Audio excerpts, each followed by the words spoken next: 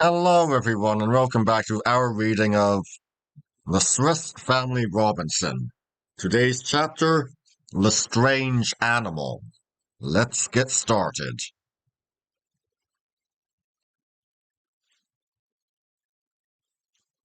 Having remarked a great deal of driftwood on the sands the preceding evening, it occurred to me that it would be well to get some of it and make a kind of sledge, so that the labor of fetching what we wanted from our stores at Tentholm might not fall so heavily on ourselves.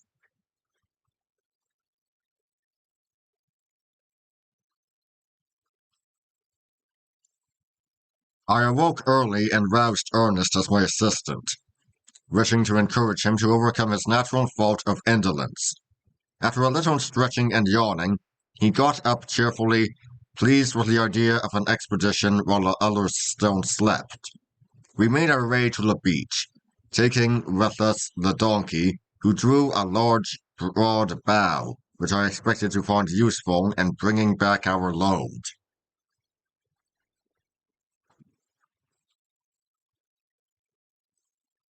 As we went along, I remarked to Ernest that I supposed he was rather sorry for himself, and grudged leaving his cozy hammock and pleasant dreams at this untimely hour.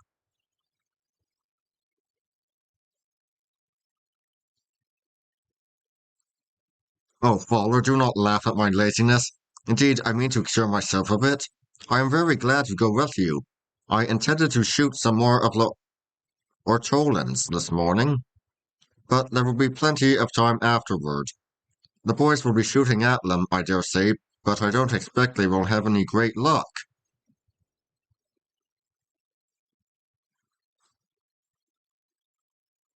Why not, pray? Inquired I.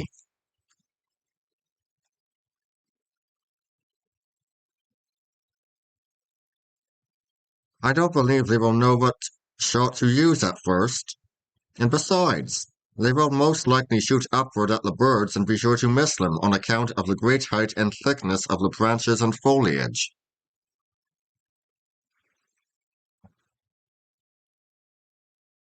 Well, Ernest, you certainly possess the gifts of prudence and reflection as well as observation. Leads are valuable, but sudden action is so often necessary in life that I advise you to cultivate the power of instantly perceiving and deciding what must be done in case of emergency. Presence of mind is a precious quality, which, although natural in some characters, may be acquired in a certain degree by all who train themselves to it.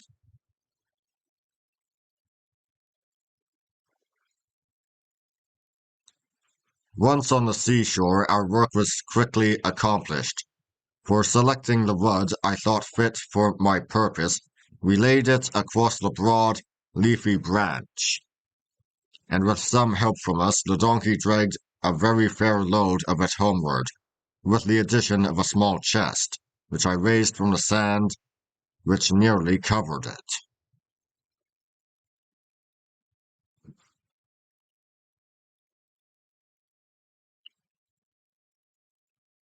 We heard the boys popping away at the birds as we drew near.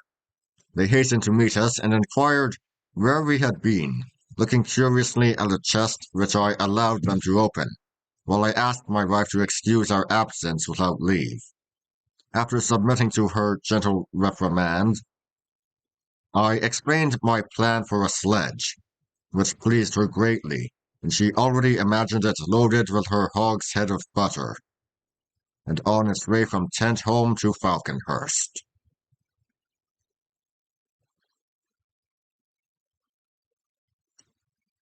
The chest proved to be merely that of a common sailor, containing his clothes, very much wetted by the sea water.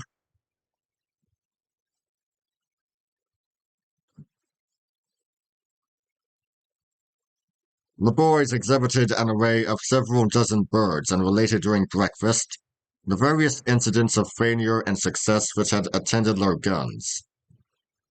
Ernest had rightfully guessed the mistakes they would make, but practice was making them perfect, and they seemed disposed to continue their sport, with their mother assuring them that she could not use more birds than those already killed, asked if I did not think some means of snaring them might be contrived, as much powder and shot would be expended if they fired on at this rate.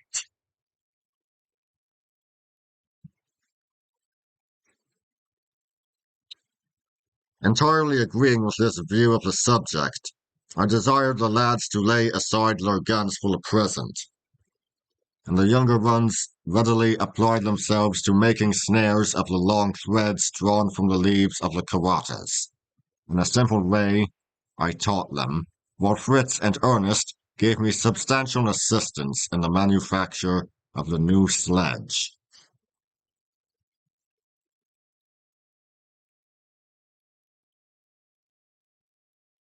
Soon after this, as Jack was setting the newly made snares among the branches, he discovered that a pair of our own pigeons were building in the tree.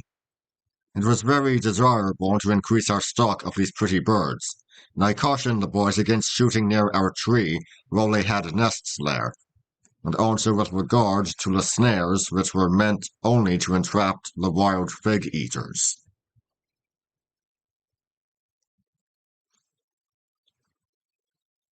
Although my sons were interested in setting the snares, they by no means approved of the new order to economize on the ammunition. No doubt they had been discussing this hardship, for little Franz came to me with a brilliant proposal of his own.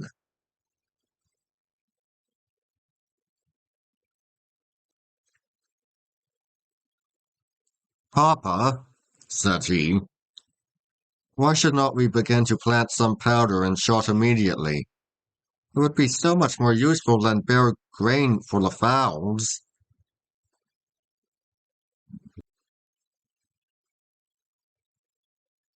His brothers burst into a roar of laughter, and I must confess I found it no easy matter to keep my countenance.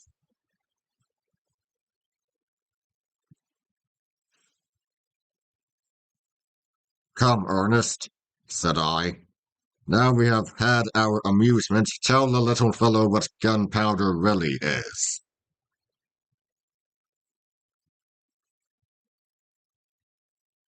It is not seed at all, Franz, Ernest explained. Gunpowder is made of charcoal, sulfur, and saltpeter, mixed cleverly together. So you see, it cannot be sown like corn, any more than shot can be planted like peas and beans.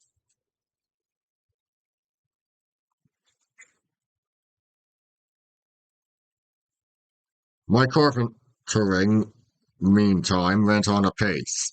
In order to shape my sledge with ends properly turned up in front, I had chosen wood which had been part of the bow of the vessel, and was curved in the necessary way for my purpose. Two pieces perfectly similar formed the sides of my sleigh, or sledge, and I simply united these strongly by fixing short bars across them. Then, when the ropes of the donkey's harness were attached to the raised points in front, the equipage was complete and ready for use.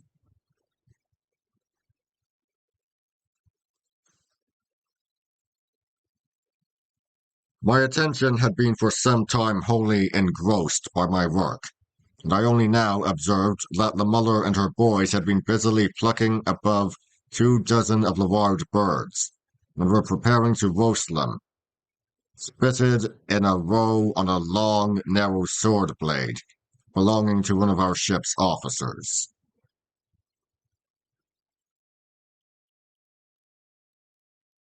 It seemed somewhat wasteful to cook so many at once, but my wife explained that she was getting them ready for the butter cask I was going to fetch for her on the new sledge, as I had advised her to preserve them half cooked and packed in butter.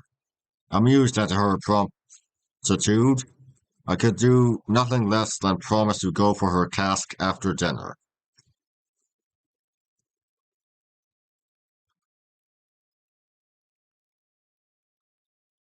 Early in the afternoon, Ernest and I were ready to be off.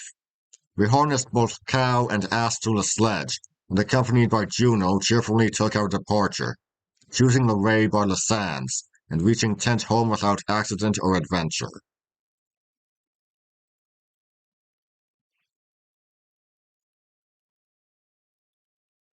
Then, unharnessing the animals, we began at once to load the sledge, not only with the butter cask, but with a powder chest, a barrel of cheese, and a variety of other articles, ball, shot, tools, and church armor, which had been left behind on our last visit.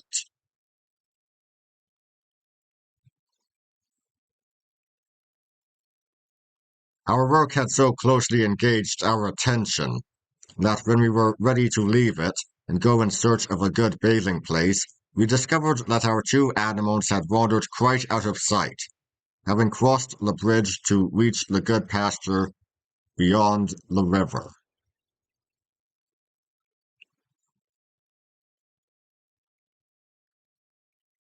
I sent Ernest after them, and went alone to the extremity of the bay. It terminated in bold and precipitous cliffs, which extended into the deep water and rose abruptly so as to form an inaccessible wall of rock and crag. Swampy ground, overgrown with large canes, intervened between me and these cliffs. I cut a large bundle of the reeds and returned to Ernest. It was some time before I found him, comfortably extended full length on the ground near the tent, and sleeping, as sound as a top, while the cow and the ass grazing at rail were again making for the bridge.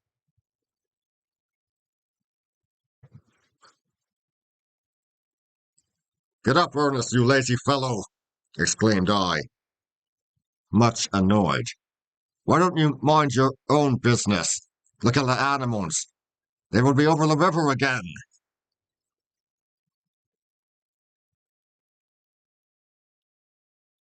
No fear of that, father, returned he with the utmost composure. I have taken a couple of boards off the bridge. They won't pass the gap.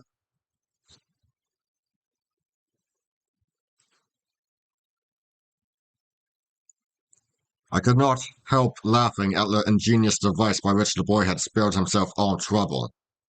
At the same time, I observed that it is wrong to waste the precious moments in sleep when duty has to be performed. I then bade him go and collect some salt, which was wanted at home, while I went to bathe.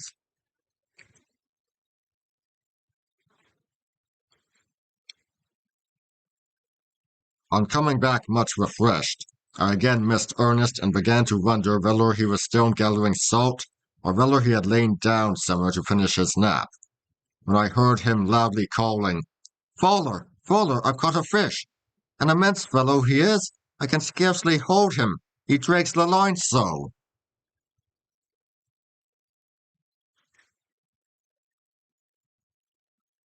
Hastening toward the spot, I saw the boy lying in the grass on a point of land close to the mouth of the stream, and with all his might keeping hold of a rod.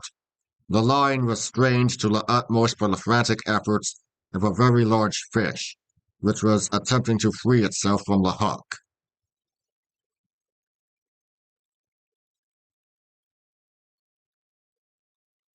I quickly took the rod from him, and giving the fish more line, led him by degrees into shallow water. Ernest ran in with his hatchet and killed him.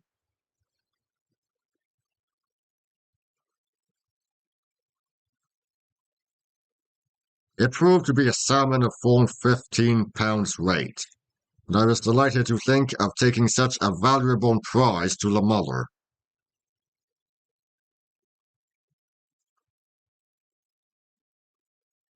This is capital, Ernest, cried I.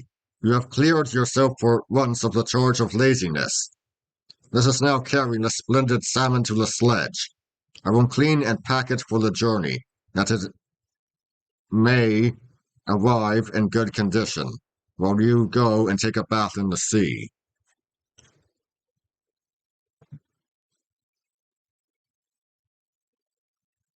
All this being accomplished, we harnessed our beasts to the well-laden vehicle, and replacing the boards on the bridge, commenced the journey home.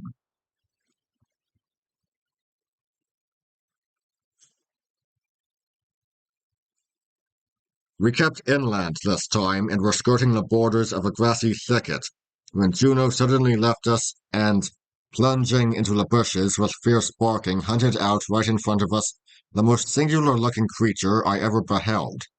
It was taking wonderful flying leaps, apparently in a sitting posture, and got over the ground at an astonishing rate. I attempted to shoot it as it passed, but missed. Ernest, who was behind me, observed its movements very coolly, and seeing that the dog was puzzled and that the animal, having paused, was crouching among the grass, went cautiously nearer, fired at the spot he had marked, and shot it dead.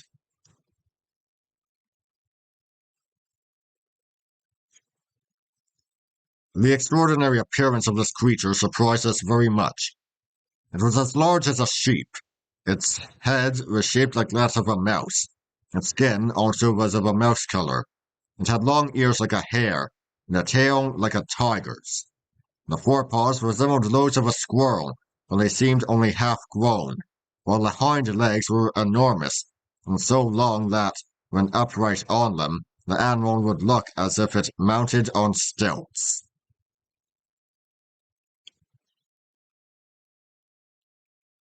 For some time we stood silently wondering at the remarkable creature before us. I could not recollect to have seen or heard of any such.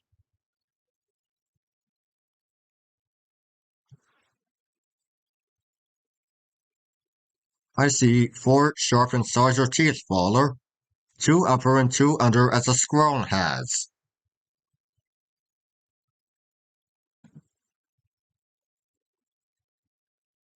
Ah, then he is a rodent. What rodents can you remember, Ernest?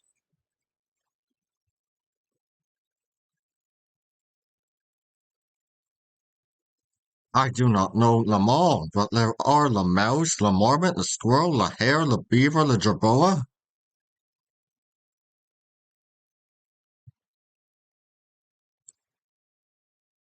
The jerboa! I exclaimed. The jerboa, now we shall have it. This is really very like a jerboa, only far larger. It must be a kangaroo, one of the class of animals which has a pouch or purse beneath the body, in which its young can take refuge.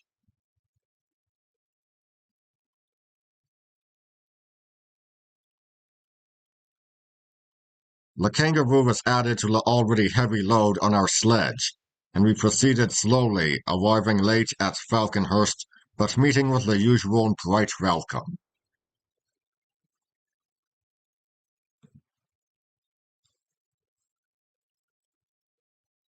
Very eager and inquisitive were the glances turned toward the sledge, for the load piled on it surpassed all expectation. We, on our part, staring in equal surprise at the extraordinary rig of the young folks who came to meet us.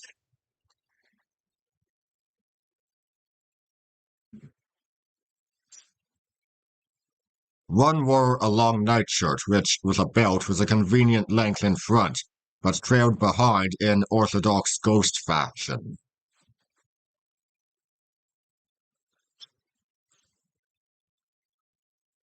Another had on a very wide pair of trousers, graced up so short that each little leg looked like a clapper in a bell.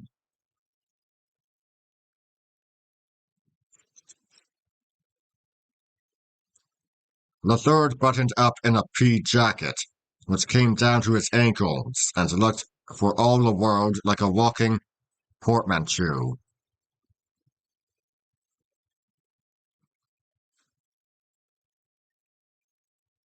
Amid much joking and laughter, the mother explained that she had been washing all day, and while their clothes were drying, the boys amused themselves by dressing up in things they found while rummaging the sailor's chest, and had kept them on, that Ernest and I might see the masquerade. It certainly amused us, but made me regret that so little belonging to ourselves had been saved from the wreck, in consequence of which the children had scarcely a change of linen.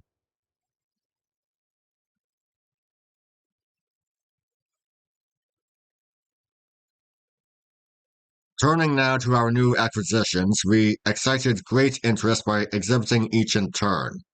The large salmon, but more especially the kangaroo, surprised and delighted everyone.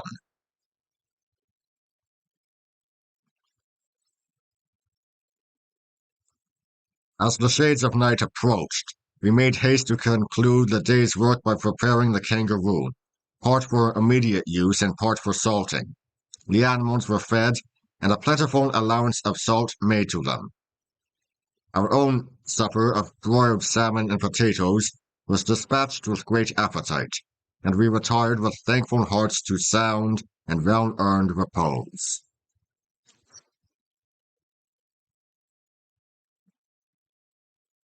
And that would be all for today. I'll see you all next time. See ya!